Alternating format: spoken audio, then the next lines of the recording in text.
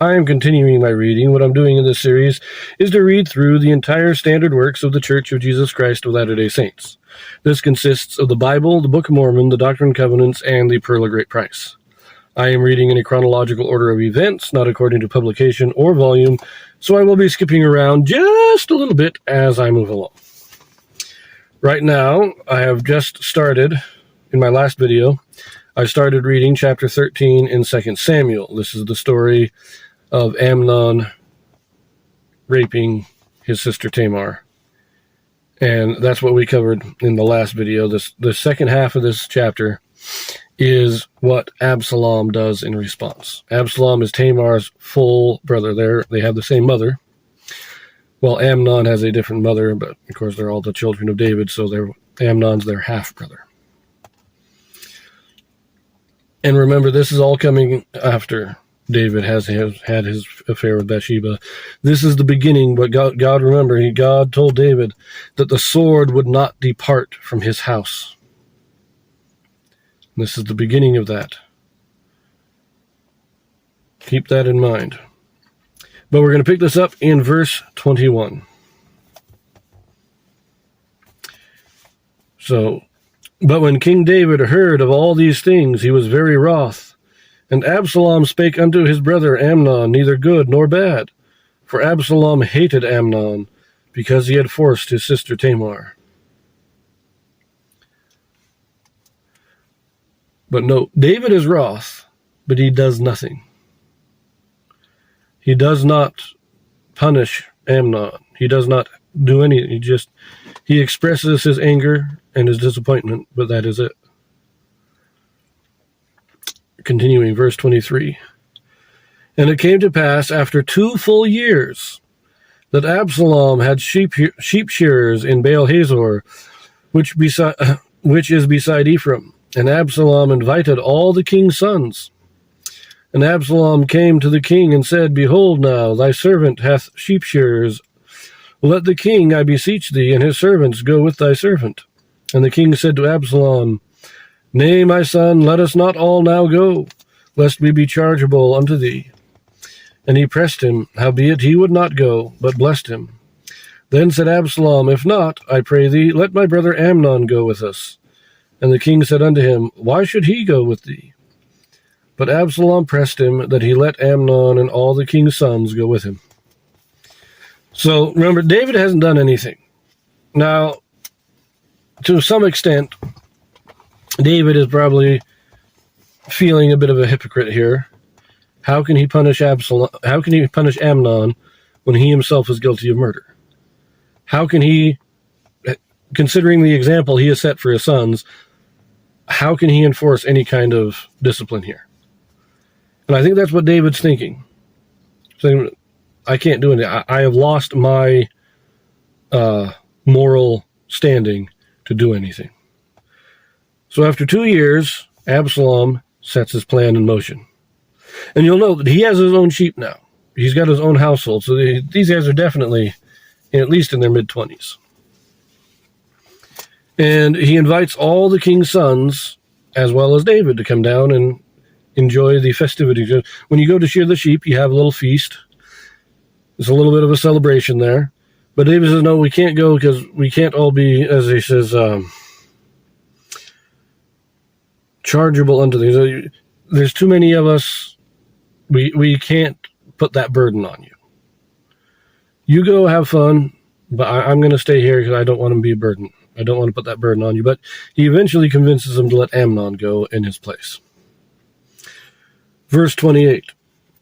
Now Absalom had commanded his servants, saying, Mark ye now, when Amnon's heart is merry with wine, and when I say unto you, Smite Amnon, then kill him, fear not.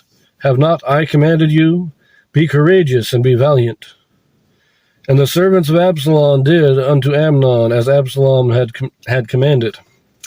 Then all the king's sons arose, and every man gat him up upon his mule and fled. So this is the plan.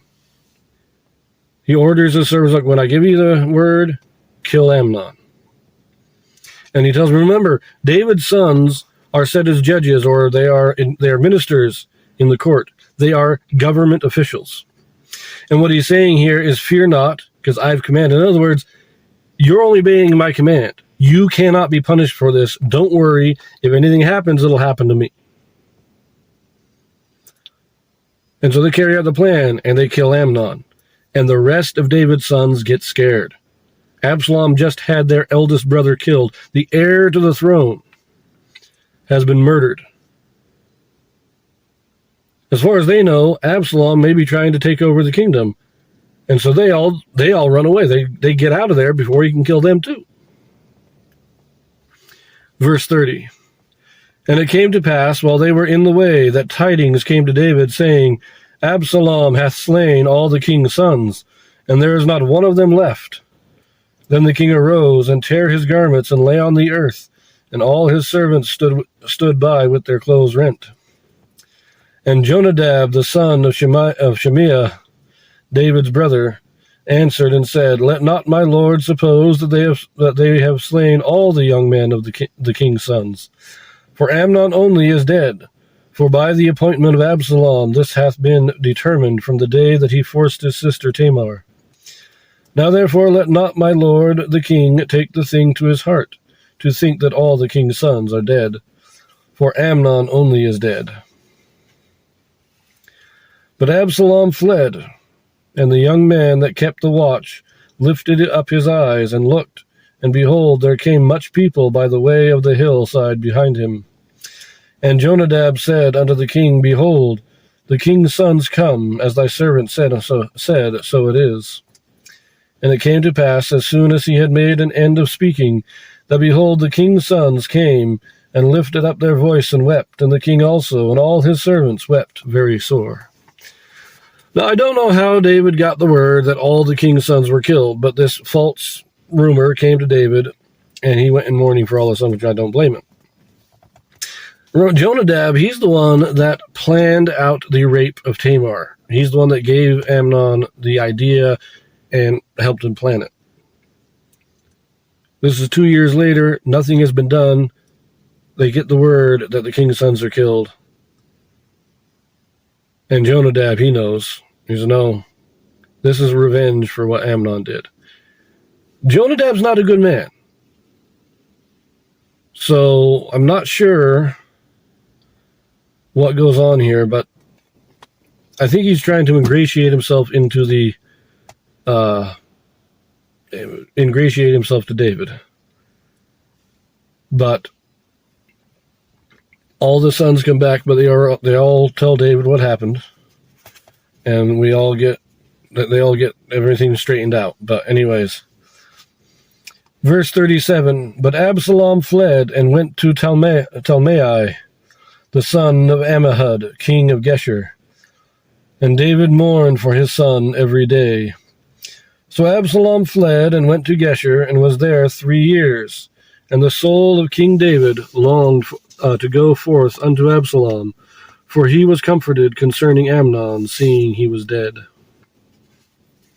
Now this is an interesting one. First of all, it makes sense that Absalom would flee to Geshur.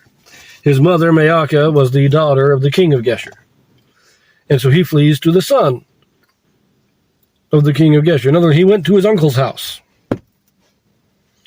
And he's there for 3 years. And David, he loves Absalom still. He wants him to be there. And after the proper time of mourning, he would love to see Absalom return. But he can't go get Absalom because of the appearance it would create in the court of what other people would think. And so he has to, at least in his mind, he's thinking, I can't go. Absalom killed his brother. If I go to Absalom, it will look as if I'm condoning the act. And we see here David's life is unraveling. Now this is, we had the rape. 2 years later, we have the murder, and now Absalom is in Geshur for 3 years. That's 5 more years. Say David was 50 years old at the time of Bathsheba. He's at least 55 now. David's getting up there in years. He might be approaching 60. Well, we know he died when he was 70, so it's in this time period that he's reaching old age. And his life is the life he had a blessed life for 40 years. And now his life is unraveling. And he knows that it was because of his actions. He is the cause of his own downfall. And it is, you can see that it's not that he's exactly given up, but he is resigned to his fate. God has told him what's going to happen, and he is resigned to it. It's just, this is what my life is going to be from now on. Anyways, I leave that here for now, and I will see you when I begin chapter 14.